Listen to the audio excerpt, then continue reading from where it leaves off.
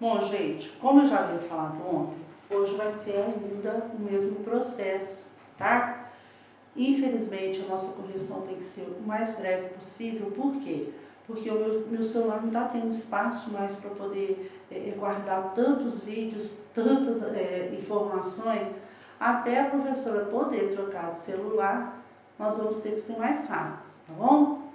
Então, a atividade de história, vocês têm uma matéria sobre a procura de novas terras e riquezas, né?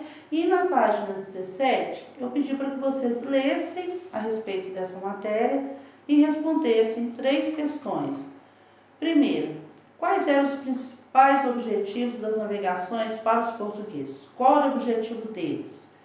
Buscar alimentos em terras distantes. Número 1. Buscar alimentos em terras distantes.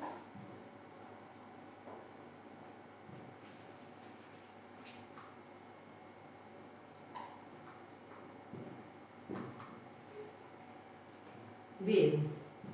Encontrar novas rotas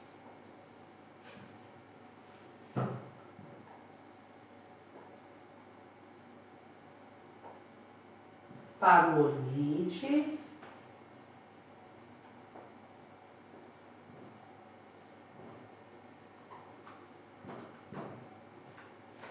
E vírgula, encontrar novas terras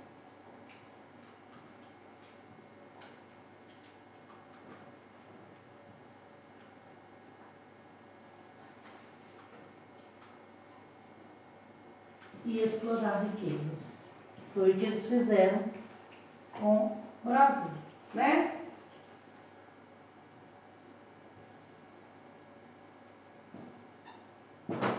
Ó, então, essa é a resposta do número 1. Quais eram os principais objetivos das navegações para os portugueses? Esse é o objetivo deles, tá? Com medo da minha caneta acabar, eu não tenho mais tinta, eu fui à risco de comprar. Isso também. Eu vou fazer o seguinte. Eu vou falar a resposta, eu acho que vai ser melhor, tá? Número 2. Quais foram os principais impactos causados pela chegada dos portugueses às terras que hoje correspondem ao Brasil? Estabeleceram contato com os povos indígenas que habitavam o litoral, extraíram pau-brasil e fundaram algumas feitorias. Tá bom? Número 3. Mostre as imagens que retratam as chamadas especiarias a um familiar e pergunte a ele se utiliza esses produtos em algumas circunstâncias. Compartilhe a resposta com os colegas e o professor. No caso, vocês vão precisar mostrar para os familiares e vão mostrar, né, e conversar sobre o assunto com eles mesmos. Mas eu acredito que sim. Aqui na minha casa, por exemplo, pimenta do reino, noz moscadas, canela em pó ou em pó e cravo da Índia são, ai meu Deus, são feitorias que a gente usa com certa frequência, tá bom? Então, história está corrigido. Agora, nós vamos corrigir o português de hoje, tá? O português de hoje tem um texto, né? Criança, criança. É um texto de Cid Campos e Augusto de Campos, tá? São poetas, né? É um texto muito bonitinho. Espero que vocês tenham lido.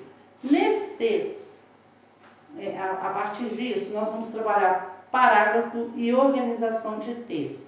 Você viu que a fábula As Cigarras e as Formigas, na página 18, tem 6 parágrafos. Agora releia o primeiro parágrafo e observe as expressões destacadas. Bom, eu acredito que vocês já leram e releram essa fábula das cigarras e as formigas.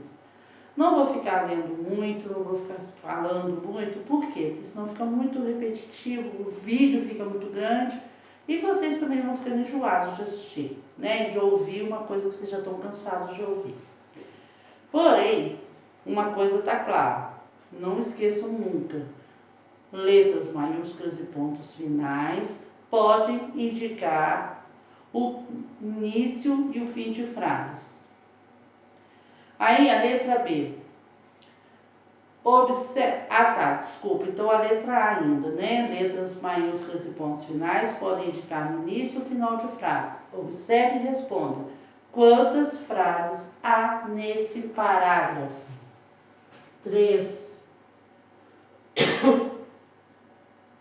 3 frases. Tá? Aí a letra A. Lá da página 18, lá da cigarra formiga. Letra B, observe o parágrafo.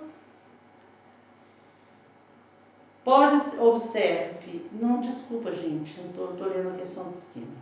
Letra B, o parágrafo pode ser utilizado para separar partes importantes do texto ou para indicar uma mudança no rumo da história. Ou seja, sempre que a gente vai falar de um assunto diferente, quando nós estamos escrevendo um texto, nós usamos um parágrafo, ou seja, um parágrafo para cada assunto. Por isso que quando os alunos me mandam uma produção textual de um parágrafo só, eu não sei se eu leio ou se eu choro, porque a vontade que dá de chorar, porque no 4º ano eu acho que já existe uma noção sim, né? De que todo texto tem que ter início, meio e fim. Só aí já subentende-se que nós temos, no mínimo, 3 parágrafos no texto, numa produção textual. No mínimo. Tá? Observe as expressões destacadas no trecho. Qual delas, do rumo da história, poderia iniciar um novo parágrafo? Por quê? A expressão de repente. Tá? Por quê? Porque a expressão marca uma mudança nos fatos. Algo novo vai acontecer. Pode ser um parágrafo novo. Vamos lá. Letra B. A expressão de repente. Por quê? Porque ela marca,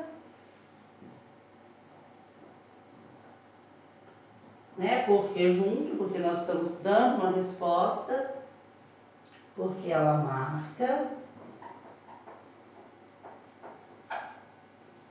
uma mudança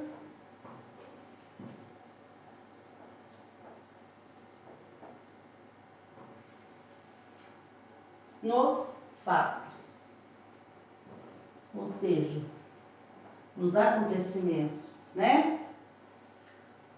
Algo, 2 pontos, algo que novo que vai acontecer.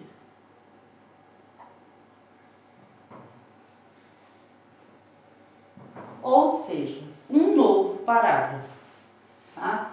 Então, por favor, não só eu, qualquer professor pediu para escrever uma produção, não esqueçam, a produção tem que ter, no mínimo, 3 parágrafos. Tirando disso, não é considerado uma produção textual. Tá?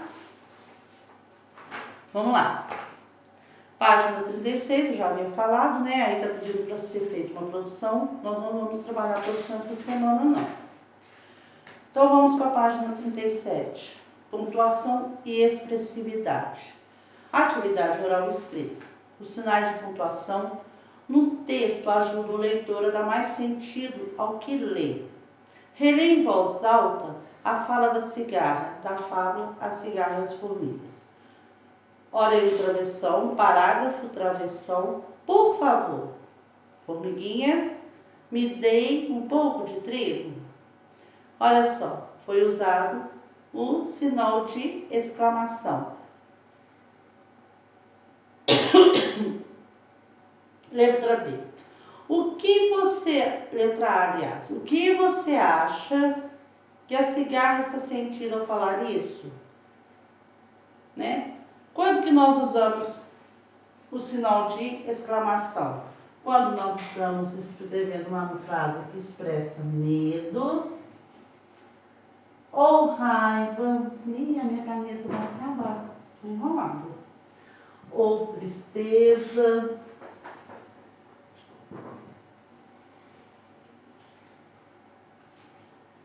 Fraqueza. Desespero, indignação, fome e etc. Releia a mesma frase, expressando com a voz os sentimentos do quadro abaixo. Então vamos lá. Número 2.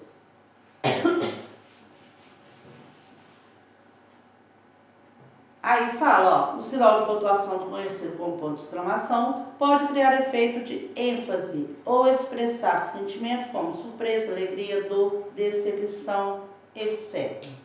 Número 2. Eu não vou ler tudo porque é muito grande, tá? Vocês já leram, vamos para a correção.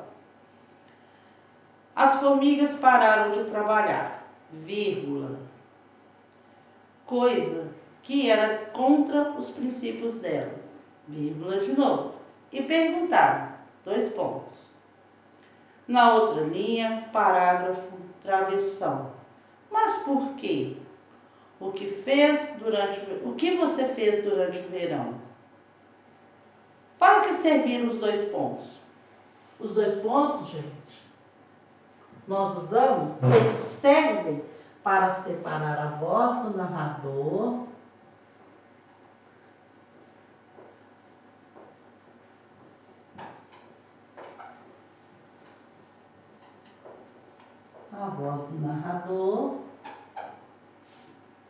da fala do personagem. Ou seja, nós usamos os 2 pontos quando existe um diálogo, tá? Quando alguém faz algum tipo de comentário, uma pergunta, e o outro vai responder.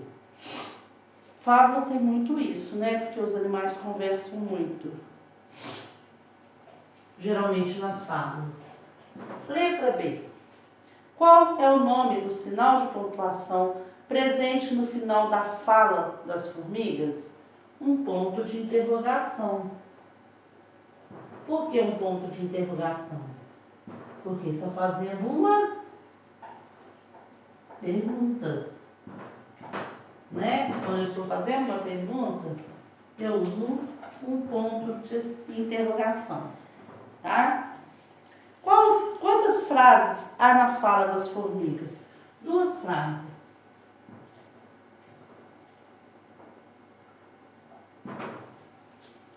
O que você observou para responder?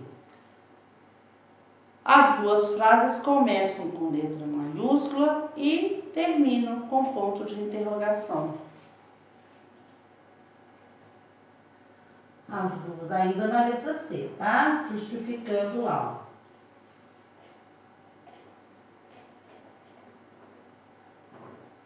Começam com letra maiúscula.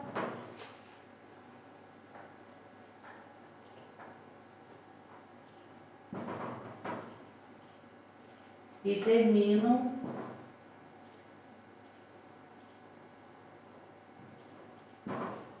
com ponto de interrogação. Um ponto de interrogação.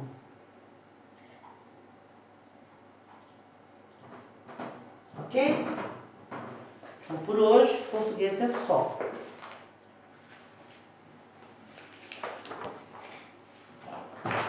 Vamos passar para matemática. Achei o livro. Matemática, nós vamos trabalhar 2 páginas também.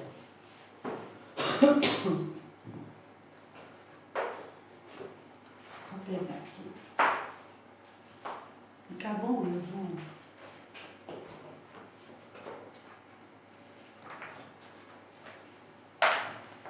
matemática está aqui. Olha, nós temos aí, para iniciar desta unidade, você viu a medida do diâmetro equatorial de algum sistema solar. Você sabe a medida do diâmetro equatorial da Terra? Vamos descobrir? Complete. O número que indica essa medida aproximada em quilômetros pode ser obtido fazendo a composição de, olha aí, 10.000. Deixa eu ver se não tem vai escrever melhor. Porque a letra já era. 10.000 mais 2.000 mais 700 mais 50 mais 6, né? Logo, a medida do diâmetro equatorial da Terra é de aproximadamente 12.756 quilômetros. Bom, a leitura desse número é 12.756.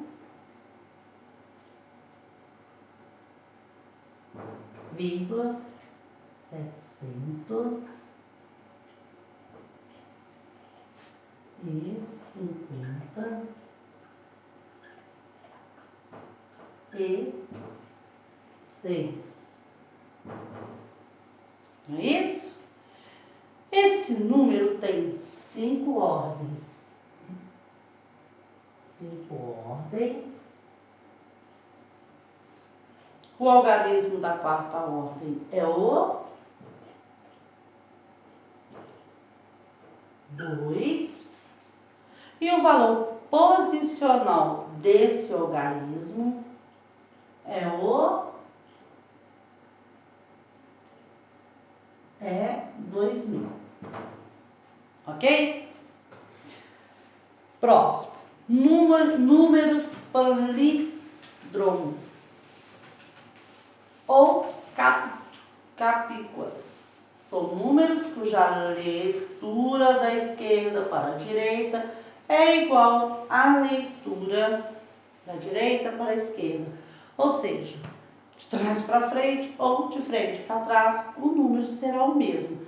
Eu tenho 2 exemplos aí, ó. 343 e 12.521.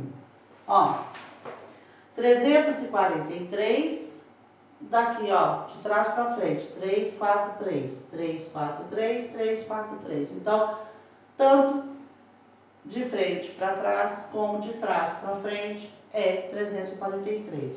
12.521. 12.521. Tá bom? Então, isso é um número polídromo. Pinte os quadrinhos que têm números polídromos. Quais são eles? Quais vocês encontraram aí? Vamos lá? Eles são o 4.554. Aí, ó. 4554, 4554.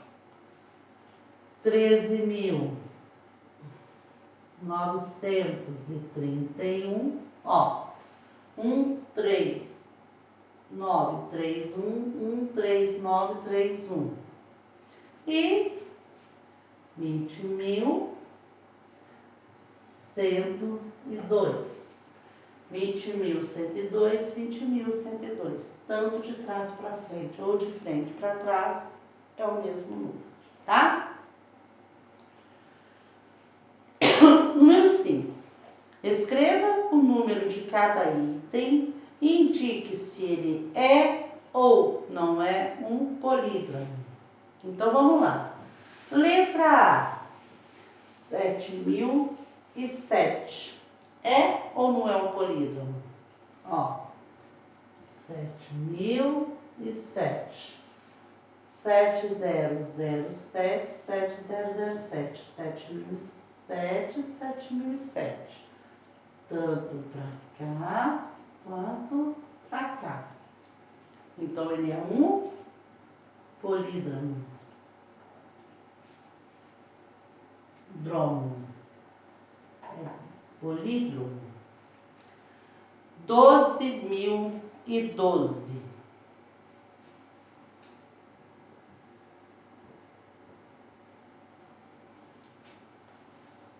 É ou não é um polídromo? Olha aí.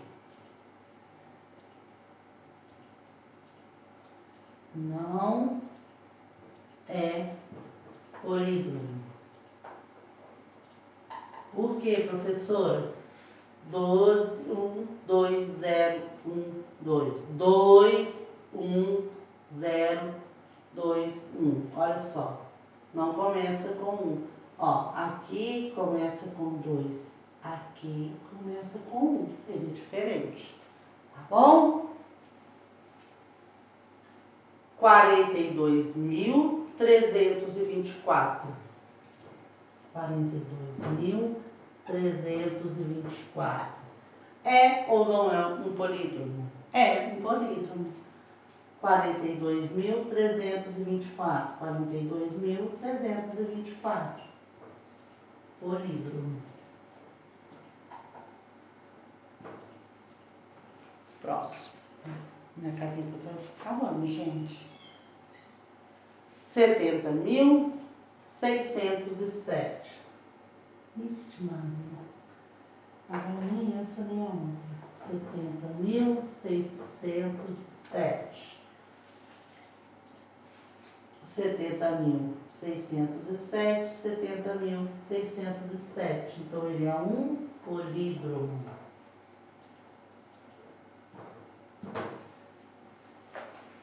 Pronto. Número 6. O século XX compreende os anos entre 1901 e o ano 2000. O século XXI vai de 2001 a 2100. Então, quais são os anos polídromos desses séculos? Deixa eu apagar aqui. Os anos polídromos são os anos de 1991 e 2002. Ó, 1991, 1991. 2002, 2002. Ok? Então, vamos lá. Próximo. Arredondamentos. Gente, quando eu arredondo? Quando eu quero um número, quando eu tenho um número próximo. Em muitas situações, o valor aproximado de um número já é suficiente para dar uma informação. Por exemplo, podemos fazer um arredondamento na medida de 12.756 dado na página anterior, na página 28, para a unidade de milhar exata mais próxima. Temos então que a medida do diâmetro da Terra é de aproximadamente 13.000 quilômetros quadrados. Veja os exemplos.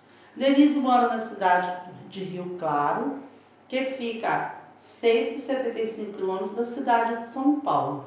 Ela costuma dizer que mora aproximadamente a 200 quilômetros de São Paulo. O número 200 é um arredondamento de 175 para a centena mais próxima. Então, vamos lá. Em um jogo de basquete, 3.160 pessoas pagaram ingressos e 3.986 pessoas estavam presentes. Podemos dizer que cerca de 3.000 pessoas são pagantes e cerca de 4.000 pessoas estavam presentes. Esses números são arredondados de 3.160 e 3.986 para a unidade de milhar mais próxima. Embaixo vocês têm uma reta que mostra como isso acontece, tá bom? Então vamos arredondar aí o número 1 para nós finalizarmos a matemática. 5.141. Eu vou arredondar para 5.000. Ai, a minha caneta não vai deixar eu escrever. 6.876. Eu vou arredondar para 6.900. 2.053. Eu vou arredondar para 2.050. Letra D, 13.895. Eu vou arredondar para 14.000. 51.104, eu vou arredondar para 51.100. E 5.769, eu vou arredondar para 5.770. Desculpe, eu não escrevi porque, como eu havia falado, eu esqueci de comprar a tinta da caneta agora que eu fui corrigir aqui, que eu me dei conta disso. Sendo assim, eu vou deixar a atividade de ciências, que amanhã nós temos 2 horários, hoje é um só, amanhã são 2. Vocês vão assistir o vídeo, vão fazer as atividades, amanhã eu vou passar outras e na próxima aula de ciências nós corrigimos tudo. Combinado assim? Então tá bom. Um grande abraço, até amanhã, fiquem com Deus.